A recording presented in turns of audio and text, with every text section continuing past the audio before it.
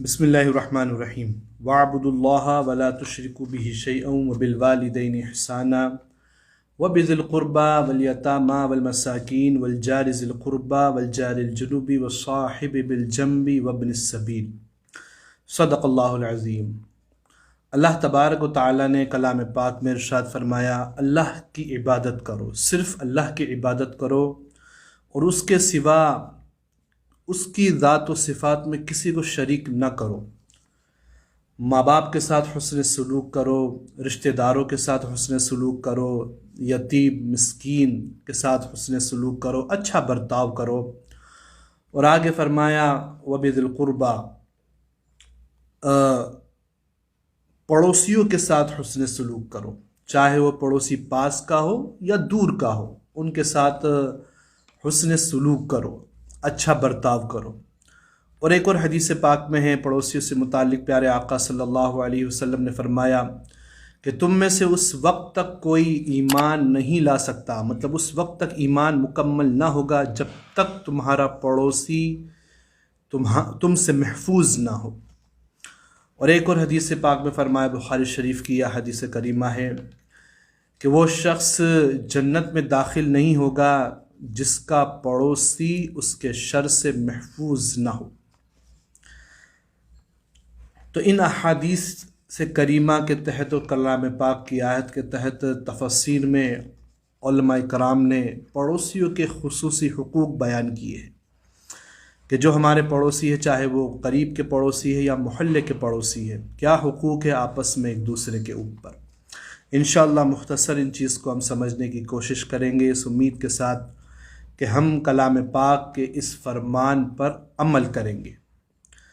سب سے پہلے فرماتے ہیں بات چیت میں احسان کرنا۔ جب ہم کلام ہو، گفتگو ہو تو ایک اچھا اسلوب اختیار کیا جائے، نرمی کے ساتھ، محبت کے ساتھ بات کی جائے۔ کوئی برائی کرے تو اس کا دفاع کرے۔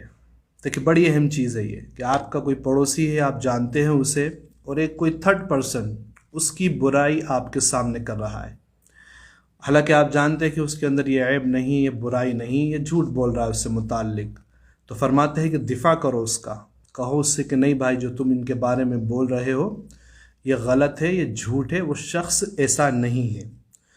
اس کا راز محفوظ رکھنا۔ تیسرا حق ہے کہ اگر بسا اوقات پڑوسی جو ہوتے بہت قریب رہتے ہیں تو ایک دوسرے کی راز کی باتیں پتہ چل جاتی ہے، تو فرماتے ہیں کہ راز کی بات اگر معلوم ہو گئی ہے تو اسے محفوظ رکھو، دوسروں تک ہرگز نہ پہنچاؤ۔ خوشی یا غم میں شرکت کرنا، خوشی کے موقع پر اگر انہوں نے انوائٹ کیا ہے، دعوت دی ہے تو شرکت کرنا چاہیے۔ اور اسی طرح اگر کوئی غم کا موقع ہے، میت ہو گئی ہے تو ہمیں وہاں پر جانا چاہیے، جنازے میں شرکت کرنا چاہیے۔ بیمار ہو تو عیادت کرنا، اگر ہمارا پڑوسی بیمار ہو جائے تو ہمیں اس کی عیادت کرنا چاہیے۔ قرض مانگے تو مدد کرنا اگر حیثیت ہو۔ دیکھیں بسا اوقات پڑوسی ایک دوسرے کو بہت اچھی طرح جانتے ہیں، تو وہ فائنینشلی جب ویک ہوتے ہیں، چاہے وہ لاک ڈاؤن کا مرحلہ ہو، کوئی بھی مسئلہ ہو سکتا ہے، بیماری کا مسئلہ ہو، تو بسا اوقات قرض کا مطالبہ کرتے ہیں۔ تو اگر حیثیت ہے، اگر استطاعت ہے، بآسانی ہم مدد کر سکتے ہیں تو مدد ہمیں کرنا چاہیے۔ اس کے سامان کی حفاظت کرنا، دیکھیں یہ بھی کتنا اہم ترین پوائنٹ علماء کرام نے نوٹ کیا ہے کہ جو پڑوسی ہے اس کا کوئی سامان آپ کے گھر میں یا گھر کے باہر، مثلا گاڑی کھڑی ہوئی ہے یا کچھ اور چیز ہے، کوئی اس کو نقصان پہنچا رہا ہے تو فرماتے ہیں اگر آپ دیکھ رہے ہیں تو اس کے سامان کی حفاظت کرو۔ یہ بھی پڑوسیوں کے حقوق میں سے ہے۔ پریشانی کو حل کرنے کی کوشش کرنا، باڑھ آ گئی ہے، مکان ڈہ گیا یا کوئی اور مسئلہ ہے گا جس کی سبب وہ پریشان ہے، تو فرماتے ہیں اگر آپ صلاحیت رکھتے ہیں اس چیز کو حل کرنے کی تو ان کی ہر ممکن مدد کی جائے۔ اس کی اصلاح کی کوشش کرنا، اگر کوئی کمی نظر آئے چاہے ان میں یا بچوں میں، تو جس طرح ممکن ہو، اگر بچوں میں کمیاں نظر آتی ہیں، ہمیں بسا اوقات وہ غیر شرعی کام کر رہے ہیں، گالیاں بک رہے ہیں، شور و غل کر رہے ہیں، تو جو بڑے ہیں ان کے ذمہ دار، ان سے کہا جائے کہ ان بچوں کی اصلاح کی کوشش کریں۔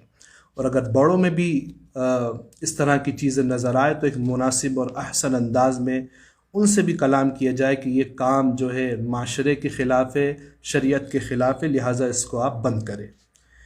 سلام میں پہل کرنا، حدیث کریمہ میں بے شمار فضائل ہے، سلام سے محبتیں بڑھتی ہیں، تو ہمیں چاہیے کہ ہم سلام میں ہمیشہ پہل کریں۔ اچھا گمان کرنا، پڑوسیوں سے متعلق ایک چیز معاشرے میں بڑی دیکھی جاتی ہے کہ ہم غلط گمانی کر لیتے ہیں۔ کلام پاک میں فرمایا اجتنبوا کثیرا من الظن ان بعد الظن اسم ولا تجسسوا ولا یغتب بعضکم بعضا، کہ اچھا غلط گمانی سے بچو، بے شک کئی گمان ایسے ہوتے ہیں جو کیا ہے، گناہ ہے۔ تو چاہے ہمارے پڑوسی ہو، ہمیں بغیر کسی دلیل کے، بغیر کچھ اپنی آنکھوں سے دیکھے کسی کے بارے میں غلط گمانی نہیں کرنا چاہیے۔ بسا اوقات یہ کیا ہوتا ہے، گناہ ہوتا ہے۔ بری باتوں سے منع کرنا، اچھی باتوں کی طرف لانا، یہ بھی پڑوسیوں کے حقوق میں سے ہے۔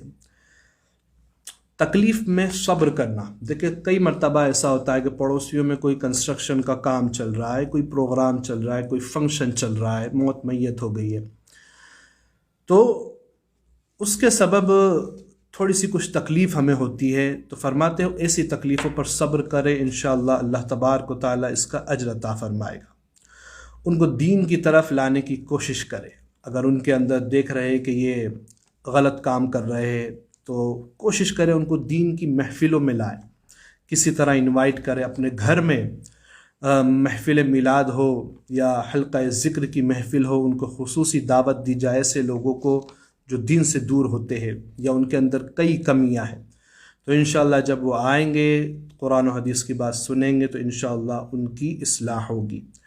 اور فرماتے ہیں ان کی عزت کی بھی حفاظت کرنا، کہ پیٹھ پیچھے وہی اگر کوئی ان کی برائیاں کر رہا ہے اپنے سامنے تو اس کا بھی ہمیں کیا کرنا چاہیے، دفاع کرنا چاہیے۔